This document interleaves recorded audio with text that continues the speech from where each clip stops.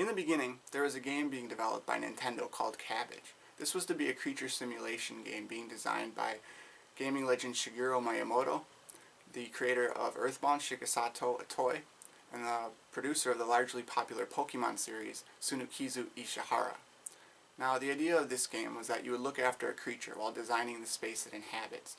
There was to be a feature within the game where you could send your creature to other players, or you could transfer your creature to your Game Boy where it would remain and be looked after throughout the day by the player. The player could then transfer the creature back to their home console whenever they wanted to.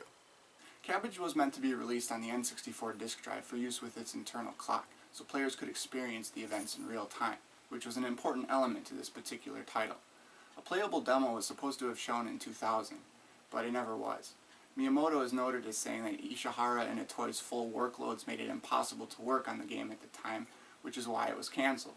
The N64 Disk Drive was released in Japan at the end of the N64's run, but it was a commercial failure, and therefore we did not see it here in North America. Although Cabbage was cancelled, many elements of its gameplay can be seen in other Nintendo games, such as Nintendogs and, yes, Animal Crossing, with which strong elements of Cabbage along with it was slated to release on the N64 Disk Drive as well. However, it failed, and did not release on the N64 Disk Drive. Despite being near the end of the N64's lifespan, the very first Animal Crossing game was released in Japan on April 14th of 2001. It was called Dobutsu no Mori, or Animal Forest in English. The game was then updated and released on the GameCube in Japan on December 14th, 2001, just 8 months later, called Dobutsu no Mori Plus, or Animal Forest Plus. Eventually, North America saw their first Animal Crossing release on September 15th of 2002. A lot of the text had to be translated, and Animal Crossing had 3 times as much text as your standard RPG, so a lot of text. Also, objects in the game, holidays, and certain events had to be changed, altered, or taken out completely to be relevant outside of Japan. For this first North American Animal Crossing release, players could use the e-reader to scan e-reader cards, which would allow them to play NES games such as Super Mario Bros. And Ice Climber. These cards, however, are no longer available in stores. There are actually 15 NES games that can be played within the original Animal Crossing, games like Donkey Kong, Balloon Fight, and Excitebike, just to name a few. You can obtain these games by talking to Tom Nook, or by going to the island by connecting your Game Boy Advance to your GameCube via link cable. And then there are actually 2 more games that can't be played, The Legend of Zelda and Super Mario Bros. Arcade. Apparently the only way to unlock these games is by cheating, or using a cheating device, whatever that means. Well, Nintendo HQ was so impressed with the American version of Animal Crossing that they decided to translate it back into Japanese and re-released it as Dobutsu no Mori E Plus on June 27th of 2003. The reason they were so impressed with it is it had much more content than the American version. It has sold 91,658 copies in its first week. Then, on December 5th, 2005, Animal Crossing Wild World was released on the Nintendo DS in North America. This was the first time that Internet was introduced to the franchise, utilizing Nintendo's Wi-Fi network. It also integrated the touchscreen controls, which is now capable with the new DS system. And it was decided that nothing would be region-specific with this game, so that it would be easier to localize. However, this meant that certain holidays such as Halloween and Christmas were not recognized. A lot of players weren't happy about this. Even the Japanese version, the Cherry Blossom Festival, was not recognized, which is an annual celebration in honor of the long-lasting relationship between Japan and the United States. Animal Crossing Wild World has sold 11.7 million copies worldwide. November 16th of 2008, Animal Crossing City Folk was released for the Wii. This was the first Wii game to utilize Wii Speak and, like Wild World, offered online connectivity through Wii Connect 24. This version also supported the DS connectivity function, in which you could transfer a character from Wild World to City Folk. Animal Crossing City Folk has sold 3.3 million copies worldwide. Then, on June 9th of 2013, Animal Crossing New Leaf was released for the 3DS system. And this is really the best version of all of them. You got the QR codes. The other versions didn't have QR codes. Which basically means other people make designs and you can go get those designs online through your 3DS camera, which is something none of the other ones had before. And you can use these to design your town, and you can put things on your wall and the floor outside and your clothing and bedding and furniture, and the possibilities are just endless. You're the mayor because Tortimer, he's gone, he left, he's done. So you're able to do special things that you couldn't do in the other Animal Crossing games, like you can do public works projects and you can pay for them, and you can design your town any way you want to, and you can enact ordinances and do crazy stuff like that. There's even something called the Dream Suite, which never existed before, which you get to at a certain point in the game. You don't get it right away, but once you get it, you can basically go to other people's towns without actually going there, meaning you can't screw up their stuff, but you can go to their town and just peruse around and see how they did their town, how they designed it, get ideas for yourself and stuff like that. Also, it's in 3D. What other Animal Crossing game was in 3D? None of them. And this version, you can even give Vercetti a place to stay in your town. I'm telling you, this is the best version. You don't have any horn hats anymore. Any horn hats that match your shirt. Doesn't make any sense why they had those in the original Animal Crossing, but they did. Well, that's not in the new one, or any of them since. Thank goodness. Yeah, you can go to Main Street, and you can go to the shop, and you can get a fortune cookie from Timmy, or Tommy, I forget which one, but you can get a fortune cookie and you can get awesome Nintendo stuff like a Bill Blaster or a Fire Bar or a mushroom, and you can put this stuff in your house. And what's with people asking me to give them new catchphrases? I mean, seriously, what is this all about? Can you imagine if somebody on the street came up to you and said, hey, figure out a new catchphrase for you. My old one's getting old. What would you do? You'd run away, or you'd be really confused and scared. I mean, this is ridiculous. What's this all about? And what's the deal with Gulliver? Why is he always showing up drunk, passed out on my beach? He's always getting lost. He never knows what he's doing. Somebody's got to get that sailor a compass. He's got to lay off the sauce, and he's got to get a compass. It's getting ridiculous. Yeah, it's cool he comes back and gives me special gifts when I answer his questions correctly, but seriously, he needs to lay off the sauce. Gulliver, lay off the sauce. We're going to have an intervention for you in my town. Seriously. And then you get those idiot neighbors that move into your town and gum up the works. You had some big plans for a certain spot. You were going to put a water fountain, or you were going to put a tower or something. Or maybe you have like 6 trees planted somewhere and some new resident moves in and just takes them all out. I don't understand how that's possible. You're the mayor. You should have a say where residents can move and where they can't move. You should also have the ability to kick them out, especially when they screw up what you want to do with your town. Can you imagine if Animal Crossing was like real life? You're just walking around picking up seashells, selling them for money, shaking trees in which fruit falls down, gather them up and sell them for money, and also excavating fossils and selling those for money. I mean, life would be pretty sweet. It would be pretty darn easy. Unfortunately, we all have to have real jobs. The only thing that makes sense is the fact that you can get paid for fish, which is possible in real life, but you actually have to know what you're doing a little bit. Okay, let's talk about Tom Nook for a second. Did you know that Tom Nook is actually based on a rat-like dog character that is native to Japan? It's an actual animal, the Tanuki. And that should sound familiar because the Tanuki's been around since Super Mario Bros. 3. And there's another weird tie-in.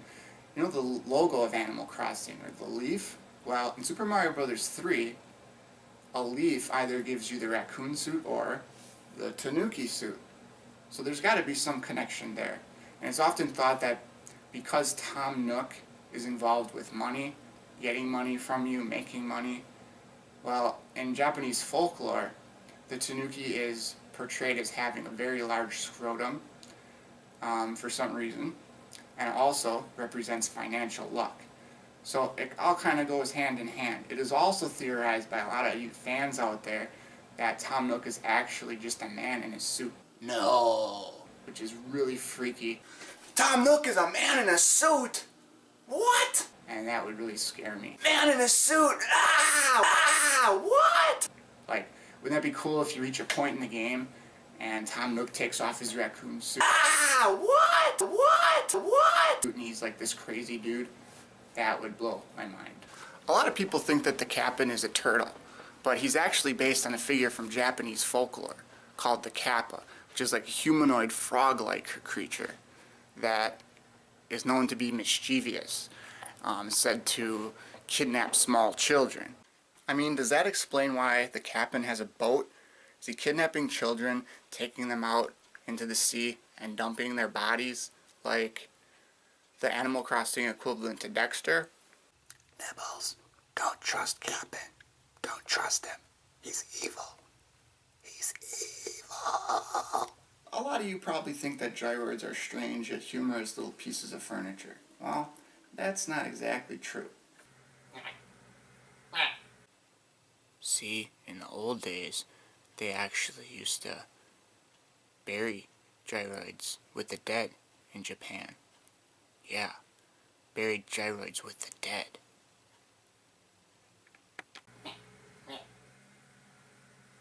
Yeah, you heard me right.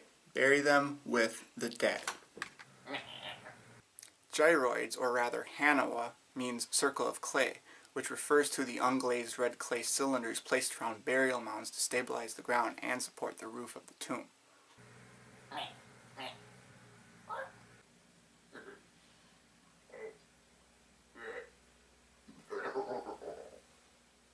Facial features were mask-like, indicated by holes or slits punched into the clay. Most were about 2 feet high, and some were painted but never glazed.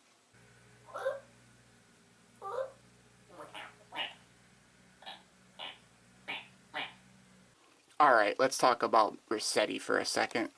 Did you know that the European manual for Animal Crossing Let's Go to the City gives a parental warning for the infamous character Mr. Vercetti, saying he may be disturbing to young children? It actually says what I'm about to say in the manual. I quote, "Information for parents, Mr. Vercetti. It is important that players save before switching off the Wii console in order to retain data after each play session. See saving data above. If players switch off without saving, the character Mr. Vercetti may appear upon restarting. Mr. Vercetti's purpose is to teach players the importance of saving. However, parents should be aware that his personality and tone of voice, while intentionally humorous, are authoritative and may be disturbing to young children." Disturbing to young children, huh? Well, you know what? I'm 30 and he scares me. Somebody should tell Vercetti that I'm the mayor. I'm the boss. Not him. I'm the boss. Me. Mayor of Pigville. Not Vercetti. Also, in Super Smash Bros. Brawl, Vercetti executes a whopping 8 minutes of dialogue, which includes an impersonation of every character in the game, as well as an introductory message you see only the first time you unleash his fury. This message is as follows. "Hey, no resetting, you hear me? You saying you never reset nothing? Well, guess we ain't got a problem then. So let me introduce myself. Name's Vercetti, Mr. Vercetti. On behalf of the family, I'd like to show you, oh, forget it. How's a mole supposed to remember this garbage, huh? Let's cut to the chase. Ever hear of Animal Crossing? Yeah? Well, that's where I'm from. I'm the guy who stops cheaters from cheating. The no resetting policy enforcer, you follow? You break the rules, you gotta deal with the mole in charge here. I'm like, how do you say, the conscience of Animal Crossing. And, I ain't got to toot my own horn or nothing, but I'm a big deal. I'm the most popular. What's that? You ain't got time for this? You wanna know what I'm doing here? You ain't heard a word I said, that it? You got potatoes in your ears, punk? Huh? This is Super Smash something or other, ain't it? Yeah? I got a little news for ya. It don't matter if you're resetting anything, okay? I'm gonna be popping up now and again, so you'd better be ready for your daily dose of mole. It ain't like this is all earthworms and mud baths for me, pal. I'm just following orders. We clear? Scram! Did you know that in Japan there was released a full-length anime feature film of Animal Crossing? It's 87 minutes long and roughly follows the events of the game. A young girl moves into town and is employed by Tom Nook. To make ends meet, she must get used to life and her new kooky neighbors in the movie. I don't know about you, but I have absolutely no interest in seeing this film. But hey, it's out there if you're interested. Did you know that real events in the life of Katsuya Iguchi, Animal Crossing series creator, inspired themes featured in Animal Crossing such as family and friendship? Iguchi had to move 3,000 miles away to work at Nintendo's Kyoto headquarters, and he dealt with a feeling of isolation from friends and family. He says, When I moved there, I left my family and friends behind. In doing so, I realized that being so close to them, being able to spend time with them, talk to them, play with them, was such a great important thing. I wondered for a long time if there would be a way to recreate that feeling, and that was the impetus behind the original Animal Crossing. Hey there, just to quickly sum up, I just wanted to say about how I kind of got into Animal Crossing. And, you know, the first Animal Crossing came out in 2002, and I didn't even know it existed. I really didn't know of the existence of Animal Crossing until New Leaf came out, and it looked stupid to me. I mean, the cutesy title, the cutesy cartoony characters on the cover, I just would never have bought this game if it wasn't for a couple of guys ranting and raving about how great it was. And even then I resisted, because they explained to me that there's no point to the game. You just do whatever you want to. Yet they had played every previous version in the franchise, and they just couldn't say enough about it. Well, I still resisted.